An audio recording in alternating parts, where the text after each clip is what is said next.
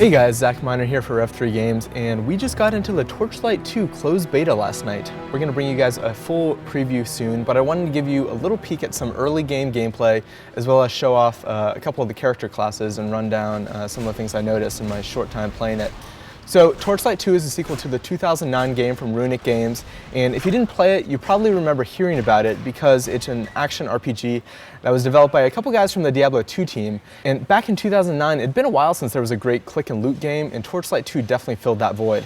After coming out on PC and Mac, it later came out on XBLA, and now 3 years later, we're a week away from Diablo 3. So I think the big question on everyone's mind is if there's room for both of these games, because there is a lot of similarities, as you can probably see.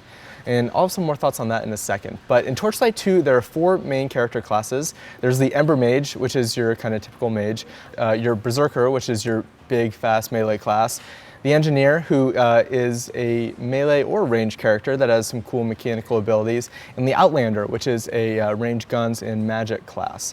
I played a little bit as each of these classes, and although they certainly fit in with your typical action RPG archetypes, there are actually some really nice variants. And they do things a little bit differently than what you might expect. The Berserker can be played as either a fast monk-like character or as a heavy two-handed tank. The Engineer can also be played as a two-handed heavy melee with a giant hammer, or as a ranged heavy with a giant cannon. That's actually what I played as the most. The cannon is an awesome ranged weapon. It's got some really nice splash damage, and so you can take out groups of enemies and knock them back, and it's really satisfying. His abilities also allow him to drop little robots that can either heal him or do damage to others, and he has some melee stomps in another skill tree. I usually love playing as mages in games like this, and the Embermage was definitely no exception. She's got some really rad area of effect spells. There's this frozen attack that can bounce off walls, and this magma that kind of shoots through enemies, and it's really satisfying. And then finally there's the Outlander, which I did not play for very long.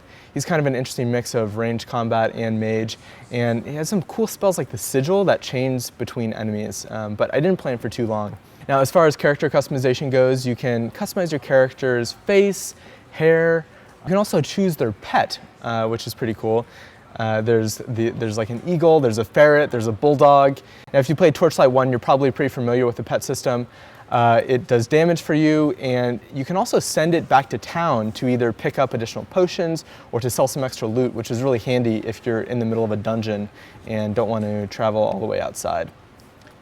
Each class also has a charge bar, which rests right above your action bar, and it does different things depending on your character class. It fills up as you kill more and more enemies, and for the Outlander, it increases your critical chance, your attack speed, and cast speed, pretty typical. But for your Berserker, when you max out your charge bar, you enter a frenzy mode, and each attack becomes critical to your primary enemy, and it increases your critical chance to secondary enemies around you.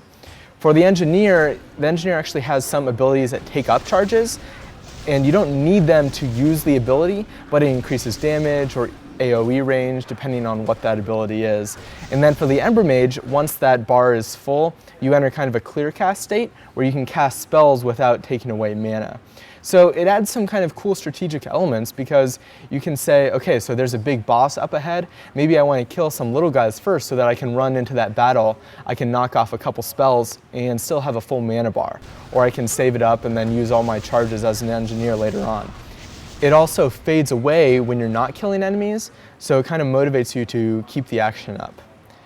Now for each character class, there are 3 different skill trees, although it might be inaccurate to call them trees, because the abilities do not branch from one to another. In games like this, you typically have to invest points in a tier 1 skill in order to unlock a tier 2 skill. That is not the case here. You can invest a bunch of points in a tier 1 fire skill, and then once you get to a certain level, you can jump over to the frost tree and invest in a tier 2 frost skill, which is really cool. It allows you kind of to mix and match between the different skill trees. On the right-hand side, you'll see there is one giant branch for each skill tree. Now those are only for always enabled or passive abilities. And some of those, like for the Embermage, allows you to stay in clear cast state for longer or to build up charges easier, stuff like that. Although I didn't get super far in the game yet, it does seem like a really cool system, and I like that you don't have to really dedicate yourself to one tree early on. As far as the graphics and the art style goes, I was really impressed. The art style might not appeal to everyone, but it is kind of very cartoony. It is vibrant, lots of bright colors. but the textures and everything is super smooth. It looks really good, and unlike Diablo, you can actually zoom in to get a closer look at your character. It's not especially useful when you're trying to do attacks, but if you wanted to see how cool you look with some new set of armors or some new abilities, it works well for that. So like I was saying, we're gonna have a bigger preview coming soon once we get a little bit further in the game. But overall, I was really impressed with Torchlight 2. You know, I played a lot of the Diablo 3 beta, and even though they're coming out at similar times, I think that there is room for both of them. Torchlight 2 is a lot more similar to Diablo 2 than I actually think Diablo 3 is. Diablo 3 makes some really kind of key mechanical changes that might not appeal to everyone. And Torchlight 2 is much more like Diablo 2, but vastly improved. They fixed a lot of the issues that were in that game and that were in Torchlight 1, to be honest. So I think that there is room for both. Also, Torchlight 2 does not require a persistent online connection. It can support LAN play. A lot of people were pissed that Blizzard cut that stuff out of Diablo 3. And Torchlight 2 is only $20. It's going to be coming out for PC soon. It's in closed beta right now. We're going to be giving away some closed beta keys later on. But yeah, it should be headed to Mac shortly thereafter. And I would guess that we're going to see an XBLA and PSN version down the road. So yeah, that's Torchlight 2. If you guys have any questions, leave them in the comments below so we can answer them in the comments or in a later video. And that's it. We'll see you next time.